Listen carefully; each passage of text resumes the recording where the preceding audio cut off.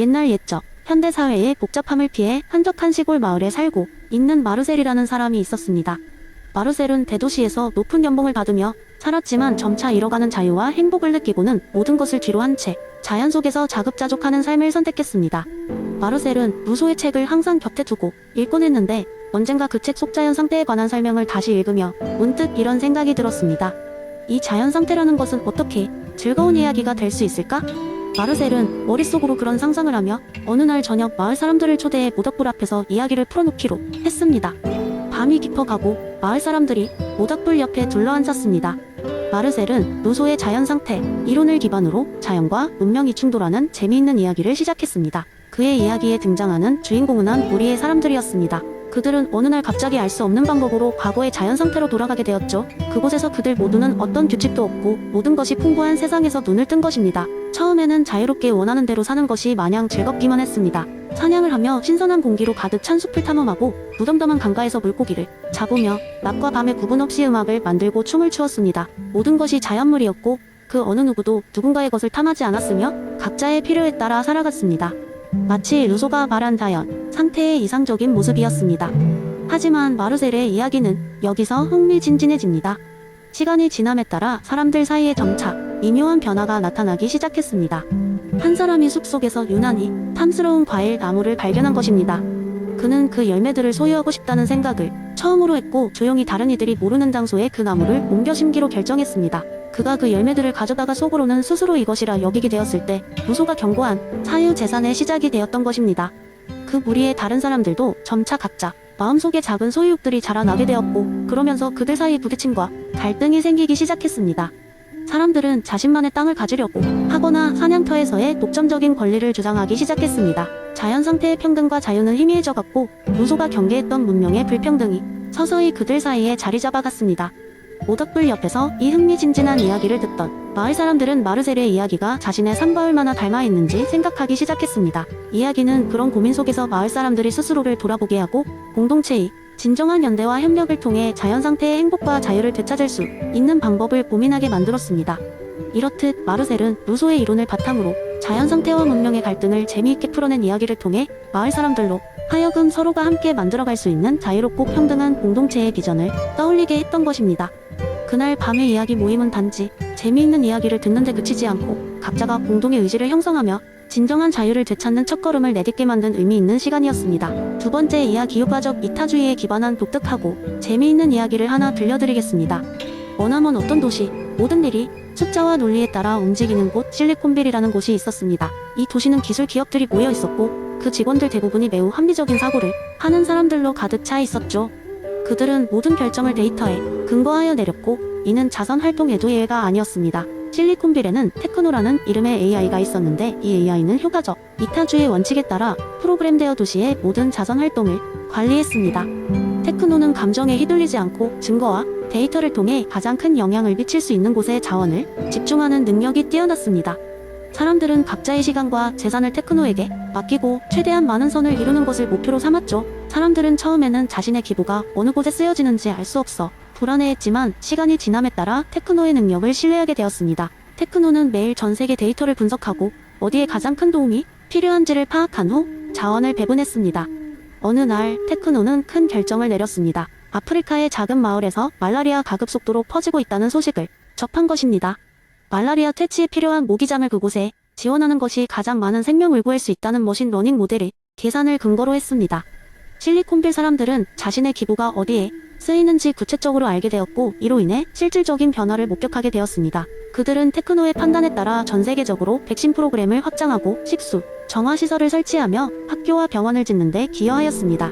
그러던 어느 날 테크노는 아주 재미있는 결정을 내렸습니다. 바로 실리콘밸리에 행복 페스티벌을 개최하기로 한 것이죠. 사람들은 처음에 의아해했습니다. 효과적 이타주의가 의미하는 바와는 거리가 멀어 보였기 때문입니다. 그러나 테크노는 데이터를 통해 구성원들이 행복과 충전이 장기적으로 더 큰 긍정적인 변화를 가져온다는 사실을 밝혀냈습니다. 행복 페스티벌은 그야말로 대성공이었습니다. 사람들은 축제를 통해 관계를 쌓고 새로운 아이디어를 교환하며 무엇보다 삶의 질을 높일 수 있었습니다. 행사는 실리콘밸리 사람들에게 새로운 활력을 불어넣었고 이후 테크노는 이 경험을 바탕으로 지역 커뮤니티 프로젝트의 중요성도 점차 고려하게 되었습니다. 이 이야기를 통해 우리는 효과적 이타주의가 단순히 데이터와 숫자만이 아니라 인간의 경험과 행복까지도 고려해야 한다는 것을 배울 수 있습니다. 테크노와 실리콘빌의 사람들은 그저 전 세계의 삶만을 개선한 것이 아니라 자신의 삶도 풍요롭게 만들었습니다. 무엇이 진정한 선인지에 대한 질문에 무한한 가능성을 제시한 것이죠. 세 번째 이야기, 엘리자베스 앤스콤의 의도 이론을 바탕으로 한 재미있는 이야기를 소개하겠습니다. 이 이야기는 의도의 중요성과 그로 인한 행동의 도덕적 해석 차이를 흥미롭게 다룹니다. 옛날 의도 마을이라는 특별한 마을이 있었습니다. 이 마을에서는 모든 주민이 하루 일과를 마치고 저녁이 되면 중앙광장에 모여 각자의 하루를 공유하는 것이 전통이었습니다. 이 마을 사람들은 단순히 누군가의 행동이 무엇이었는지를 묻는 것이 아니라 그들이 그 행동을 한 이유, 즉 의도를 매우 중요하게 여겼습니다. 어느 날, 두 명의 유명한 제빵사, 앤디와 코니의 이야기가 마을 회의에서 화제가 되었습니다. 마을 축제 전날, 앤디는 밤새워 특별한 초콜릿 케이크를 구웠습니다. 그는 이 케이크가 마을 사람들을 위해 최고의 간식이 되기를 바라는 마음으로 심혈을 기울였죠. 반면 코니는 자신의 케이크가 마을에서 가장 유명해짐으로써 제과점 매출이 2배로 뛰기를 바라는 마음에서 자신만의 비밀 레시피를 사용해 화려한 케이크를 만들었습니다. 축제 당일, 두 명이 케이크는 나란히 놓였습니다.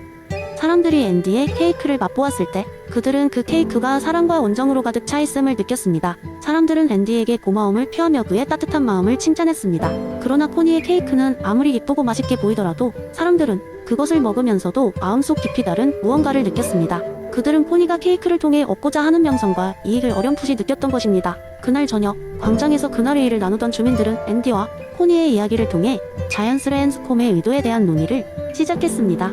같은 케이크일지라도 이를 만드는 사람의 의도에 따라 그 의미가 달라진다니 정말 흥미롭지 않은가? 라고 말했습니다. 마을의 연장자인 웨이블 할머니가 말씀하셨습니다. 우리가 무엇을 하든 그 행동의 표면적인 결과만 보지 말고 그 안에 숨겨진 의도를 이해하는 것이 중요하단다. 그 의도에 따라 같은 행동도 다르게 느껴질 수 있지. 주민들은 고개를 끄덕이며 이야기의 중요성을 깨달았습니다. 행동의 결과뿐만 아니라 그 행동을 이끌어낸 의도를 평가하는 것이야말로 서로를 올바르게 이해하는 첫걸음임을 배우게 된 것입니다. 이후로 의도 마을의 사람들은 일상 속에서 서로의 행동을 바라볼 때 표면적인 것만이 아니라 그 이면의 의도까지 보려 노력하였습니다. 덕분에 그들은 서로에 대한 깊은 이해와 배려로 더욱 따뜻한 공동체를 이룰 수 있었고, 앤스콤의 의도 이론은 마을대학교 윤리학 수업의 기본 교재로 자리 잡게 되었습니다. 이 마을의 이야기는 사람들에게 의도가 단순히 행동을 분석하고 평가하는 기준이 될 뿐만 아니라 관계 속에서 서로를 더 잘 이해할 수 있는 도구임을 깨닫게 했습니다. 결국 의도야말로 우리 삶과 윤리를 이해하는 중요한 열쇠임을 알려주는 교훈이 되었습니다. 네 번째 이야기, 버나드 윌리엄스의 도덕적 운이론은 한때 조용하고 평화로운 마을에 사는 톰이라는 남자의 삶을 크게 변화시켰습니다. 톰은 성실한 자동차 정비사였으며 언제나 고객의 차량을 완벽하게 수리하곤 했습니다. 그는 안전과 책임을 무엇보다 중요시했고 항상 자신의 업무에 최선을 다했습니다. 어느 날 톰은 친구인 제이크의 결혼식 피로연에 참석하기 위해 차를 몰고 있었습니다. 결혼식은 마을 외곽이 아름다운 정원에서 열렸습니다. 하늘은 맑았고 라디오에서는 톰이 좋아하는 음악이 흘러나오고 있었습니다. 그날의 일정은 완벽하게 이루어질 것만 같았습니다. 그러나 운명은 톰에게 다른 계획을 준비하고 있었습니다. 돌아오는 길, 톰은 늘 그랬듯이 안전하게 운전하고 있었습니다. 하지만 갑자기 도로에 커다란 나무가지가 떨어졌고 톰은 피하려고 급하게 핸들을 돌렸습니다. 그 순간 반대편에서 오던 차량과 충돌하고 말았습니다. 다행히도 양쪽 모두 크게 다치지 않았지만 차량은 심하게 파손되었습니다. 사고는 톰이 통제할 수 없는 순간적 사건으로 인해 발생했지만 결과적으로 그는 본의 의도와는 달리 사고의 책임을 져야 하는 상황에 놓였습니다. 그렇게 톰의 사고는 마을 사람들 사이에서 화제가 되었습니다. 일부는 그를 동정하며 안타까워했지만 다른 일부는 그가 평소에 자랑하던 안전운전이 결국 이런 사고로 이어졌다고 비난했습니다. 톰은 큰 실망감과 죄책감에 사로잡혔습니다. 그는 그동안 본인이 얼마나 운에 의존했는지를 깨달았습니다. 하지만 그 사건을 계기로 그는 윌리엄스의 도덕적 운이론에 대해 더 깊이 이해하게 되었습니다. 톰은 마을 도서관에서 도덕적 운에 관한 책을 여러 권 읽기 시작했고 시간이 지남에 따라 자신이 경험한 일이 얼마나 많은 요소들에 의해 영향을 받았는지를 이해하게 되었습니다. 그는 그날의 사고가 자신만의 책임이 아니라 그저 그날의 날씨, 도로 상황, 나무의 상태 등 다양한 요소들의 합작품이라는 것을 깨달았습니다. 이 사고를 통해 톰은 다른 사람들의 실수나 사고에 대해 과도하게 비난하기보다는 그 상황의 모든 요소를 고려하며 이해하려는 태도를 가지게 되었습니다. 그렇게 그는 도덕적 운의 개념을 사람들에게 이야기하게 되었습니다. 그는 자신의 이야기를 통해 사람들이 비난보다는 이해와 공감을 선택할 수 있도록 유도했습니다. 그리고 마을 사람들은 그의 이야기를 들으며 인간의 도덕적 평가가 종종 복잡하고 예측할 수 없는 요인들에 의해 영향을 받을 수 있다는 점을 조금씩 깨달아갔습니다. 톰의 경험은 마을 사람들에게 도덕적 책임에 대한 새로운 관점을 제시하며 모두가 좀 더 너그럽고 포용력 있는 공동체를 만들어가는 계기가 되었습니다. 톰은 자신의 경험을 통해 세상에 조금 더 이해와 연민을 넓히는 이야기를 만들어냈던 것입니다.